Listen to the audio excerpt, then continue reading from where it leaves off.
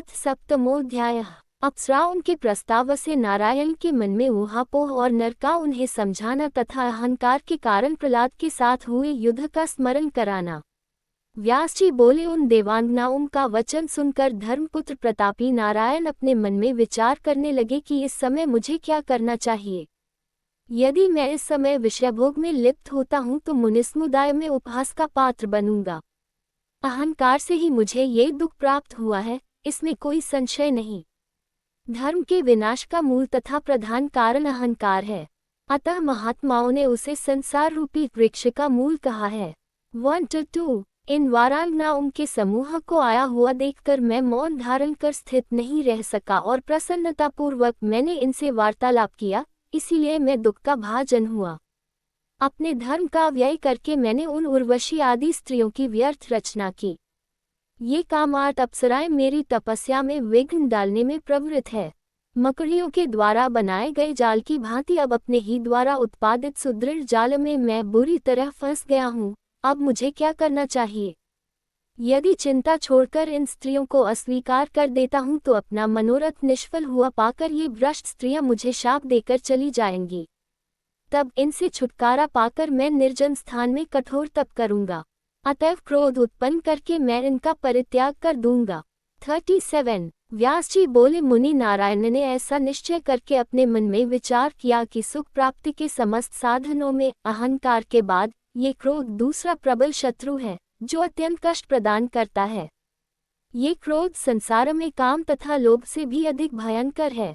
क्रोध के वशीभूत प्राणी प्राणघातक हिंसा तक कर डालता है, जो हिंसा सभी प्राणियों के लिए दुखदायिनी तथा नरकरूपी बगीचे की बावली के तुल्य है। जिस प्रकार वृक्षों के परस्पर घर्षण से उत्पन्न अग्नि वृक्ष को ही जला डालती है, उसी प्रकार शरीर से उत्पन्न भीषण क्रोध उसी शरीर को जला डालता है। 8-11 व्यास जी बोले, इस प्रकार खिन्नमनस्क होकर चिंतन करते हुए अपने भाई नारायण से उनके लघु भ्राता धर्मपुत्र नर ने ये तथ्यपूर्ण वचन कहा। 12 नर बोले, हे नारायण, हे महाभाग, हे महामते, आप क्रोध का त्याग कीजिए और शांत भाव का आश्रय लेकर इस प्रबल अहंकार का नाश कीजिए, क्योंकि पूर्व समय में इसी अहंकार के दोष से हम दोनों का तप विनष्ट हो गया था। 13-14 अहंकार तथा क्रोध, इन्हीं दोनों भावों के कारण हम लोगों को असुर राज प्रहलाद के साथ 1000 दिव्य वर्षों तक अत्यंत अद्भुत युद्ध करना पड़ा था। हे सुरश्रेष्ठ, उस युद्ध में हम दोनों को महान क्लेश मिला था। अतएव हे मुनीश्वर, आप क्रोध का परित्याग करके शांत हो जाइए। 15-16 मुनियों ने शांति को तपस्या का मूल बतलाया है। व्यास जी बोले, उनकी यह बात सुनकर धर्मपुत्र नारायण शांत हो गए। 16 जन्मेजय बोले, हे मुनिश्रेष्ठ, मेरे मन में ये संदेह उत्पन्न हो गया है कि शांत स्वभाव वाले विष्णु भक्त महात्मा प्रहलाद ने पूर्व काल में ये युद्ध क्यों किया और ऋषि नर नारायण ने भी संग्राम क्यों किया। 17-18 धर्मपुत्र नर नारायण ये दोनों ही अत्यंत शांत स्वभाव वाले तपस्वी थे। ऐसी स्थिति में दैत्यपुत्र प्रहलाद तथा उन दोनों ऋषियों का संपर्क कैसे हुआ। 19 प्रहलाद भी अत्यंत धर्मपरायण, ज्ञान संपन्न तथा विष्णु भक्त थे, तब महात्मा प्रहलाद ने उन ऋषियों के साथ युद्ध क्यों किया। 20 तपस्वी नर नारायण भी प्रहलाद की ही भांति सात्विक भाव से संपन्न थे। उन दोनों ऋषियों तथा प्रहलाद में यदि परस्पर वैर उत्पन्न हो गया तो फिर उनकी तपस्या तथा धर्माचरण के पालन में केवल परिश्रम ही उनके हाथ लगा। उस सत्ययुग में भी उनके जप तथा घोर तप कहाँ चले गए थे। 21-22 वैसे वे महात्मा भी क्रोध और अहंकार से भरे अपने मन को वश में नहीं कर सके। अहंकार रूपी बीज के अंकुरित हुए बिना क्रोध तथा मात्सर्य उत्पन्न नहीं होते हैं। ये निश्चित है कि काम क्रोध आदि अहंकार से ही उत्पन्न होते हैं। 1000 करोड़ वर्षों तक घोर तपस्या करने के पश्चात भी यदि अहंकार का अंकुरन हुआ तो फिर सब कुछ निरर्थक हो जाता है। जिस प्रकार सूर्योदय होने पर अंधकार नहीं ठहरता, उसी प्रकार अहंकार रूपी अंकुर के समक्ष पुण्य नहीं ठहर पाता है। 23-25 हे महाभाग, प्रहलाद ने भी भगवान नर नारायण के साथ संग्राम किया, जिसके कारण पृथ्वी पर उनके द्वारा अर्जित समस्त पुण्य व्यर्थ हो गया। 26 शांत स्वभाव वाले नर नारायण भी अपनी कठिन तपस्या त्याग कर यदि युद्ध करने में तत्पर हुए तो फिर उनकी शांतिवृत्ति तथा पुण्यशीलता का क्या महत्व रहा। 27 हे मुने, जब सात्विक भावों से संपन्न इस प्रकार के वे दोनों महात्मा भी अहंकार पर विजय प्राप्त करने में असमर्थ रहे, तब मेरे जैसे व्यक्तियों के लिए अहंकार नष्ट करने की बात ही क्या है। इस त्रिलोक में ऐसा कोई भी प्राणी नहीं है जो अहंकार से मुक्त हो, इसी तरह ऐसा कोई भी न तो हुआ है और न होगा जो अहंकार से पूर्णतया मुक्त हो। 28-29 काष्ठ तथा लोहे की जंजीर में बंधा हुआ व्यक्ति बंधन मुक्त हो सकता है, किंतु अहंकार से बंधा व्यक्ति कभी भी नहीं छूट सकता। ये संपूर्ण चराचर जगत अहंकार से व्याप्त है। 30-31 अहंकारी मनुष्य मल मूत्र से प्रदूषित इस संसार में चक्कर काटता रहता है, तो फिर इस मोहाच्छन्न संसार में ब्रह्मज्ञान की कल्पना ही कहाँ रह गई। 32 हे सुव्रत, मुझे तो मीमांसकों का कर्म सिद्धांत ही उचित प्रतीत होता है। हे मुने, जब महान से महान लोग भी काम क्रोध आदि से सदा ग्रस्त रहते हैं, तब हे मुनिश्रेष्ठ, इस कलियुग में मुझ जैसे लोगों की बात ही क्या। 33 व्यास जी बोले, हे भारत जन्मेजय, कारण से कार्य भिन्न कैसे हो सकता है। कड़ा तथा कुंडल आकार में भिन्न होते हुए भी स्वर्ण के सदृश होते हैं। चराचर सहित समस्त ब्रह्मांड अहंकार से उत्पन्न हुआ है। धागे से निर्मित होने के कारण वस्त्र उसके अधीन कहा गया है, अतएव वस्त्ररूपी कार्य तंतुरूपी कारण से पृथक कैसे रह सकता है। जब माया के तीनों गुणों द्वारा ही तिनके से लेकर पर्वत तक स्थावर जंगमात्मिक ये संपूर्ण ब्रह्मांड विरचित है, तब सृष्टि के विषय में खेद किस बात का। हे नृपश्रेष्ठ, ब्रह्मा विष्णु तथा शिव भी अहंकार से मोहित होकर इस अत्यंत अगाध संसार में भ्रमण करते रहते हैं। वशिष्ठ नारद आदि परम ज्ञानी मुनिगण भी अहंकार के वशवर्ती होकर इस संसार में बार बार आते जाते रहते हैं। हे नृपश्रेष्ठ, तीनों लोकों में ऐसा कोई भी देहधारी नहीं है जो माया के इन गुणों से मुक्त होकर शांति धारण करता हुआ आत्मसुख का अनुभव कर सके। हे नृपश्रेष्ठ, अहंकार से उत्पन्न काम क्रोध लोभ तथा मोह किसी भी देहधारी प्राणी को नहीं छोड़ते। 34-40 वेद शास्त्रों का अध्ययन, पुराणों का पर्यालोचन, तीर्थ भ्रमण, दान ध्यान तथा देव पूजन करके भी विषयासक्त प्राणी चोरों की भांति सभी कर्म करता रहता है। काम मोह और मद से युक्त होने के कारण प्राणी आरंभ में कुछ विचार ही नहीं करता। 41-42 हे कुरुनंदन, सत्ययुग त्रेता तथा द्वापर में भी धर्म का विरोध किया गया था, तो आज कलयुग में उसकी बात ही क्या। इसमें तो द्रोह स्पर्धा लोभ तथा क्रोध सर्वदा ही विद्यमान है। संसार ऐसे ही स्वभाव वाला है, इस विषय में संदेह नहीं करना चाहिए। संसार में मत्सरहीन साधु पुरुष विरले ही होते हैं। क्रोध तथा ईर्ष्या पर विजय प्राप्त कर लेने वाले तो दृष्टांत मात्र के लिए मिलते हैं। 43-45 राजा बोले, वे लोग धन्य तथा पुण्यात्मा हैं जिन्होंने मद तथा मोह से छुटकारा प्राप्त कर लिया है। जो सदाचार परायण तथा जितेंद्रिय हैं, उन्होंने मानो तीनों लोकों पर विजय प्राप्त कर ली है। अपने महात्मा पिता के पाप का स्मरण करके मैं दुखित रहता हूँ। उन्होंने बिना किसी अपराध के एक तपस्वी के गले में मरा हुआ सर्प डाल दिया। अतः हे मुनिव, अब मेरे आगे उनकी क्या गति होगी। बुद्धि के मोहग्रस्त हो जाने पर क्या कार्य हो जाएगा, यह मैं नहीं जानता। मूर्ख मनुष्य केवल मधु देखता है, किंतु उसके पास ही विद्यमान गहरे प्रपात की ओर नहीं निहारता। वह निंदनीय कर्म करता रहता है और नरक से नहीं डरता। 46-49 हे मुने, अब आप मुझे विस्तार पूर्वक ये बताइए कि पूर्व काल में प्रहलाद के साथ नर नारायण का घोर युद्ध क्यों हुआ था। प्रहलाद पाताल लोक से सारस्वत महातीर्थ पवित्र बदरिकाश्रम में कैसे पहुँचे, ये भी मुझे बताइए। शांत स्वभाव वाले मुनिश्रेष्ठ नर नारायण तो महान तपस्वी थे, तब हिमानद उन दोनों ने प्रहलाद के साथ युद्ध किस कारण से किया। 50-52 प्रायः धन अथवा स्त्री के लिए लोगों में परस्पर शत्रुता होती है, तब हर प्रकार की इच्छाओं से रहित उन दोनों ने वह भीषण युद्ध क्यों किया और उन नर नारायण को सनातन देवता जानते हुए भी महात्मा प्रहलाद ने उनके साथ युद्ध क्यों किया। हे ब्राह्मण, मैं विस्तार पूर्वक इसका कारण सुनना चाहता हूँ। 53-55 इति श्रीमद्देवी भागवते महापुराणेष्टादशसाहस्रया संहिताया चतुर्थस्कन्धे अंकारावर्तनवर्णन नाम सप्तमोऽध्यायः। 7। अथाष्टमोऽध्यायः। व्यास जी द्वारा राजा जन्मेजय को प्रहलाद की कथा सुनाना और इस प्रसंग में च्यवन ऋषि के पाताललोक जाने का वर्णन। सूत जी बोले, परीक्षित पुत्र राजा जन्मेजय के ये पूछने पर सत्यवती सुत विप्र व्यास जी ने विस्तारपूर्वक सारा वृतांत बताया। 1। धर्मप्रायण राजा जन्मेजय भी उत्तरापुत्र अपने पिता परीक्षित की कुत्सित चेष्टा को सोचकर अत्यंत दुखी हो गए थे। 2। विप्र को अपमानित करने के परिणामस्वरूप पाप के कारण यमलोक को प्राप्त अपने उन पिता के उद्धार के लिए वे निरंतर अपने मन में अनेक प्रकार के उपाय सोचा करते थे। 3। हे मुनीश्वरों, जब पुत्र अपने पिता की पुम नामक नरक से रक्षा कर देता है तभी उसका पुत्र नाम सार्थक होता है।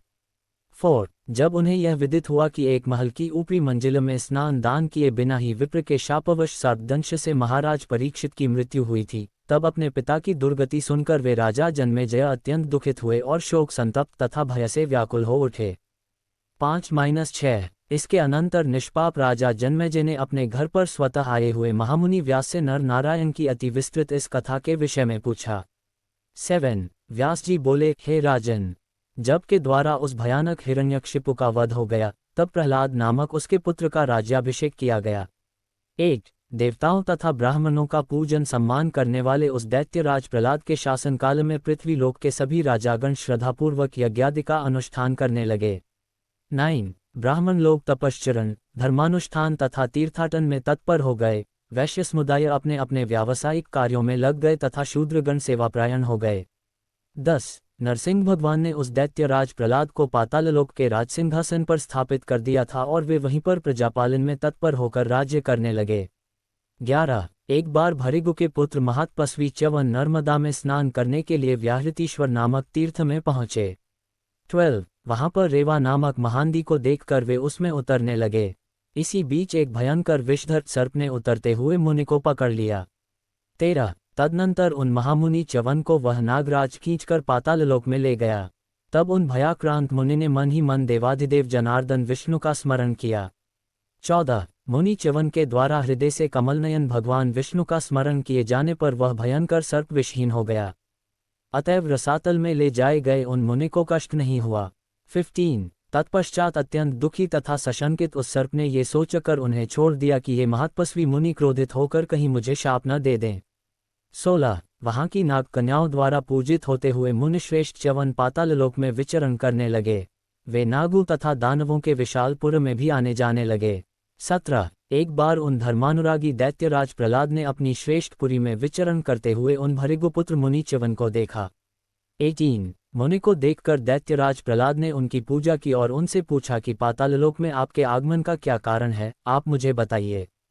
19। हे द्विज श्रेष्ठ, क्या दैत्यों के प्रति द्वेष भाव रखने वाले इंद्र ने मेरे राज्य के विषय में जानकारी के लिए आपको यहाँ भेजा है? आप मुझे सच सच बताइए। 20। च्यवन बोले, हे राजन, इंद्र से मेरा क्या प्रयोजन है जो कि वे मुझे यहाँ भेजें और मैं उनके दूत का कार्य करता हुआ आपके नगर में घूमता फिरूं।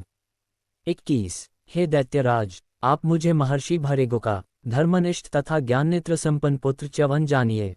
आप मेरे प्रति इंद्र के द्वारा भेजे गए किसी दूत की शंका मत करें।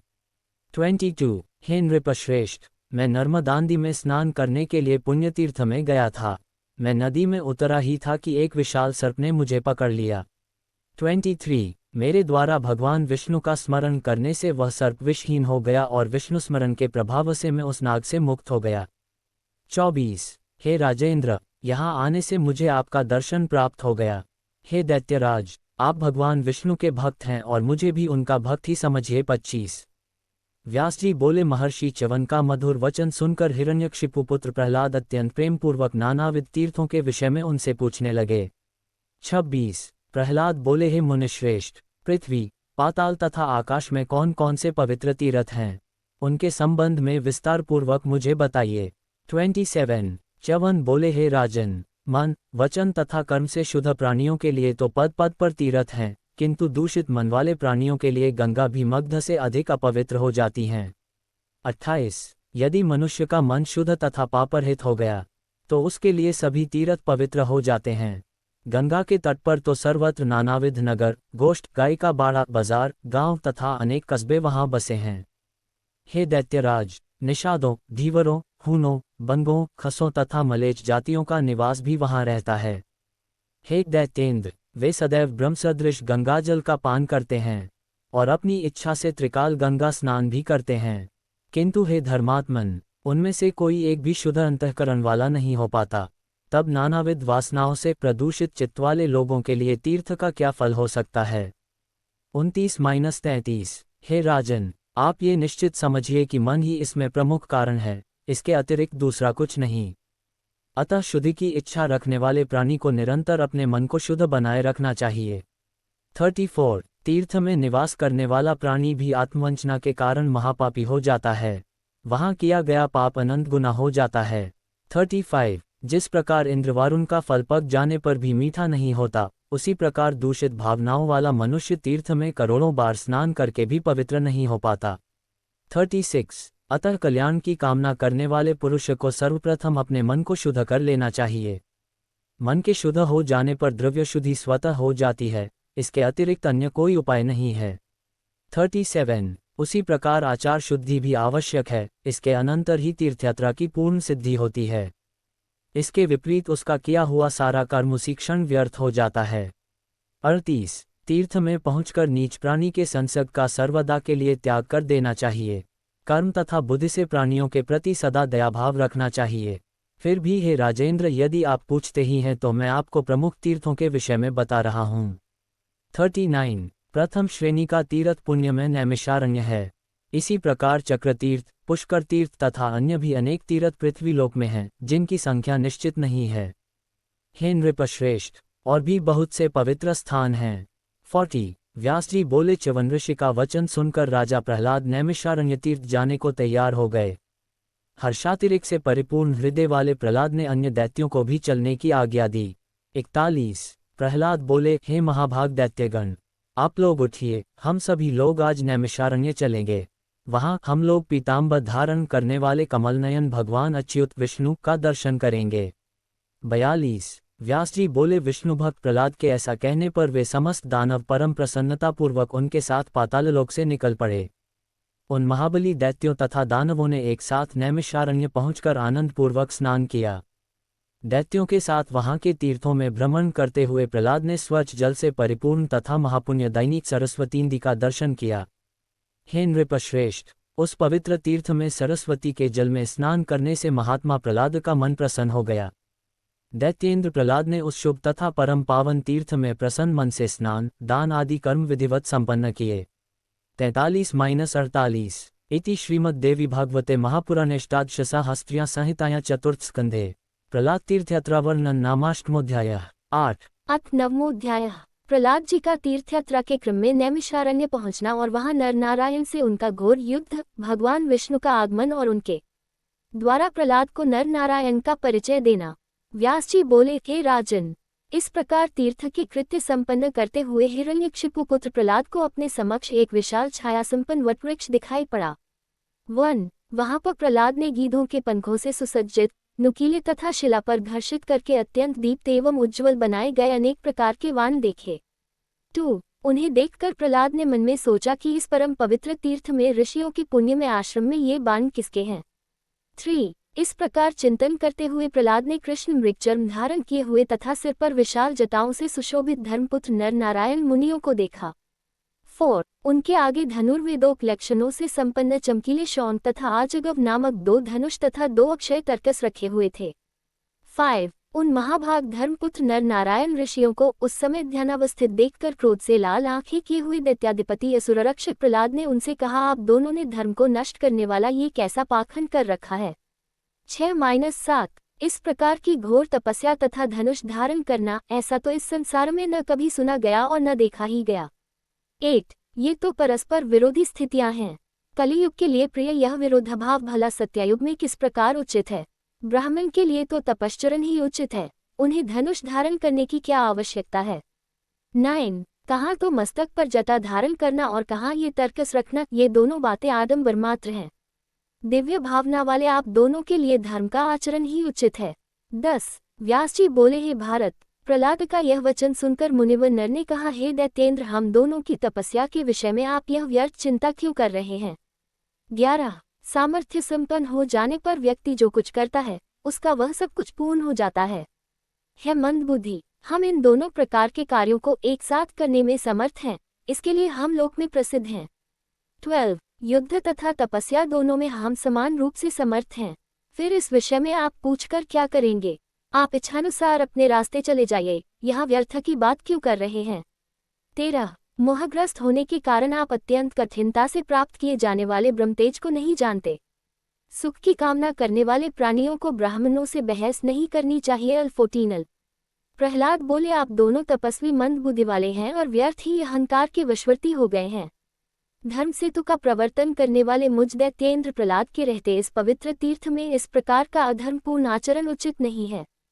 हे तपोधन, आप में कितनी शक्ति है, इसे युद्ध में अभी प्रदर्शित कीजिए।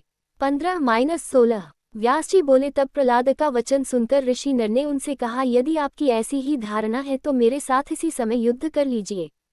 हे असुराधम, आज मैं तुम्हारा सिर विदीर्ण कर डालूंगा, इसके बाद युद्ध करने की तुम्हारी कभी इच्छा नहीं होगी।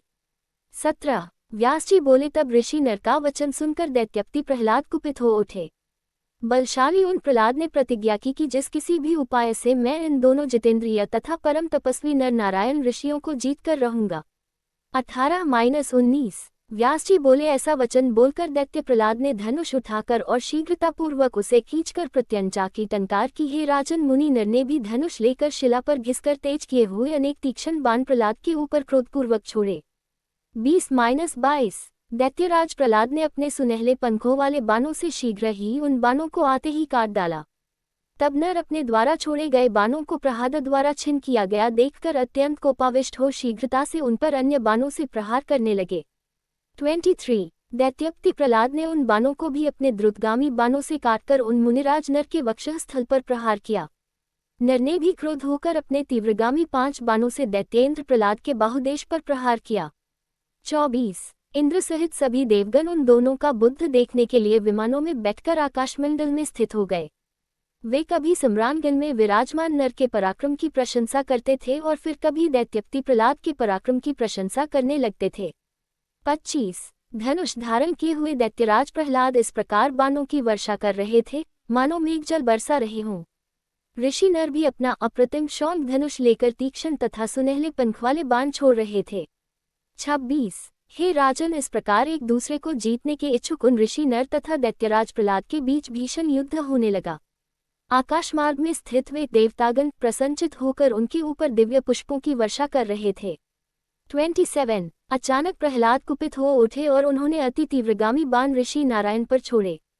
धर्मपुत्र नारायण ने शीघ्र ही उन बाणों को अपने धनुष से छोड़े गए अत्यंत तीक्ष्ण बाणों से खंड खंड कर डाला। 28 दैत्यराज प्रहलाद सम्रानगण में डटकर खड़े अतीव पराक्रमी तथा सनातन धर्मपुत्र नारायण पर अपने अतितोष्ण बाण बरसाने लगे।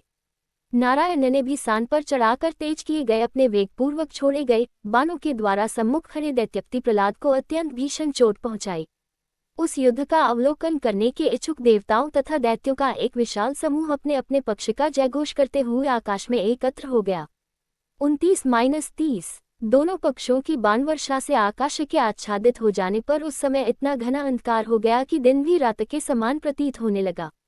इससे अति आश्चर्यचकित होकर देवता तथा दैत्य परस्पर कहने लगे कि यह अत्यंत भयावह संग्राम हो रहा है। ऐसा भीषण युद्ध तो पहले कभी नहीं देखा गया। बड़े बड़े देवर्षि, गंधर्व, यक्ष, किन्नर, नाग, विद्याधर तथा चारणगण इस युद्ध को देखकर अत्यंत विस्मय में पड़ गए। 31-33 उस युद्ध का अवलोकन करने के लिए मुनि नारद तथा पर्वत भी आए हुए थे। नारद मुनि ने पर्वत से कहा, ऐसा घोर संग्राम पहले नहीं हुआ था। तारकासुर युद्ध, वृत्रासुर का युद्ध, यहाँ तक कि मधुकैटभ का युद्ध भी वैसा नहीं हुआ था जैसा कि इस समय नारायण के द्वारा किया गया। प्रहलाद अत्यंत वीर हैं जो कि वे अद्भुत कर्माले सिद्धि संपन्न नारायण के साथ यह बराबरी का युद्ध कर रहे हैं। 34-36 व्यास जी बोले, इस प्रकार प्रतिदिन तथा प्रतिरात्रि बार बार युद्ध करते हुए वे दोनों दैत्य तथा तपस्वी घोर संग्राम में तत्पर रहे। नारायण ने एक बाण से प्रहलाद का धनुष काट दिया। तब प्रहलाद ने तत्काल दूसरा धनुष ले लिया। नारायण ने हस्तकौशल दिखाते हुए पुनः बड़ी शीघ्रता से दूसरा बाण चलाकर उस धनुष को भी बीचों बीच से काट डाला। इस प्रकार नारायण बार बार धनुष काटते जाते थे और प्रहलाद दूसरा धनुष लेते जाते थे। अंत में नारायण ने कुपित होकर अपने बाणों से उसके धनुष को शीघ्रता से पुनः काट दिया। उस धनुष के भी कट जाने पर दैत्यराज प्रहलाद ने अपना परिध उठा लिया और अत्यंत क्रोधित होकर बड़ी फुर्ती से धर्मपुत्र नारायण की भुजाओं पर प्रहार किया। 37-41 प्रतापी नारायण ने अपनी ओर आते हुए उस पुरुष को 9 बाणों से काट दिया और 10 बाणों से प्रहलाद पर चोट की। 42 तत्पश्चात दैत्येंद्र प्रहलाद ने पुनर्तः लोहमयी सुदृढ़ गदा उठाकर क्रोधपूर्वक नारायण मुनि की जोध पर शीघ्रतापूर्वक प्रहार किया। 43 उस गदा प्रहार से भी धर्मपुत्र नारायण पर्वत की भांति अविचल भाव से स्थिरचित होकर खड़े रहे। तदनंतर परम पराक्रमी भगवान नारायण ने बड़ी तेजी से अनेक बाण छोड़े और दैत्यपति प्रहलाद को सुदृढ़ गदा को खंड खंड कर दिया। आकाश में स्थित होकर युद्ध देखने वाले बड़े आश्चर्य में पड़ गए। 44-45 तत्पश्चात शत्रुओं का दमन करने वाले प्रहलाद ने शक्ति उठाकर कुपित हो बलपूर्वक बड़ी तेजी से नारायण के वक्षस्थल पर प्रहार किया। तब सामने आती हुई उस शक्ति को देखकर नारायण ने एक ही बाण से बड़ी आसानी से उसके 7 खंड कर दिए और साथ ही 7 बाणों से प्रहलाद पर प्रहार किया। 46-47 हे राजन, इस प्रकार सबको विस्मित कर देने वाला वह युद्ध 100 दिव्य वर्ष तक चलता रहा। तदनंतर 4 भुजाओं से शोभा पाने वाले पीतांबरधारी भगवान विष्णु शीघ्रतापूर्वक उस आश्रम में आ गए। तत्पश्चात हाथों में शंख, चक्र, गदा और पद्म धारण करने वाले वे चतुर्भुज लक्ष्मीपति विष्णु प्रहलाद के आश्रम पर पहुंचे। 48-50 वहां उन्हें आए हुए देखकर हिरण्यकशिपु पुत्र प्रहलाद बड़ी श्रद्धा के साथ उन्हें प्रणाम करके हाथ जोड़कर कहने लगे। 51 प्रहलाद बोले, हे देव, हे जगन्नाथ, हे भक्तवत्सल, हे माधव, मैं इन दोनों तपस्वियों को युद्ध में क्यों नहीं जीत सका। हे देव, मैंने देवताओं के पूरे 100 वर्ष तक इनके साथ युद्ध किया, फिर भी ये जीते न जा सके, मुझे यह महान आश्चर्य है। 52 विष्णु बोले, हे आर्य, ये दोनों सिद्ध पुरुष हैं और मेरे अंश से आविर्भूत हैं, अतः इन्हें न जीत पाने में आश्चर्य क्या।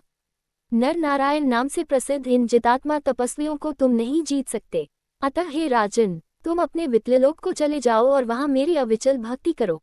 हे महामते, तुम इन दोनों तपस्वियों से मत करो। 53-54 व्यास जी बोले, भगवान विष्णु से ऐसी आज्ञा पाकर दैत्यपति प्रहलाद असुरों के साथ वहां से प्रस्थित हो गए। तदनंतर नरनारायण पुनः तपस्या में संलग्न हो गए। 55-56 इति श्रीमद्देवी भागवते महापुराणेष्टादश साहस्त्रियां संहितायां चतुर्थस्कंधे प्रहलाद नारायण युधे विष्णोरागमन वर्णनम नाम नवमोऽध्यायः।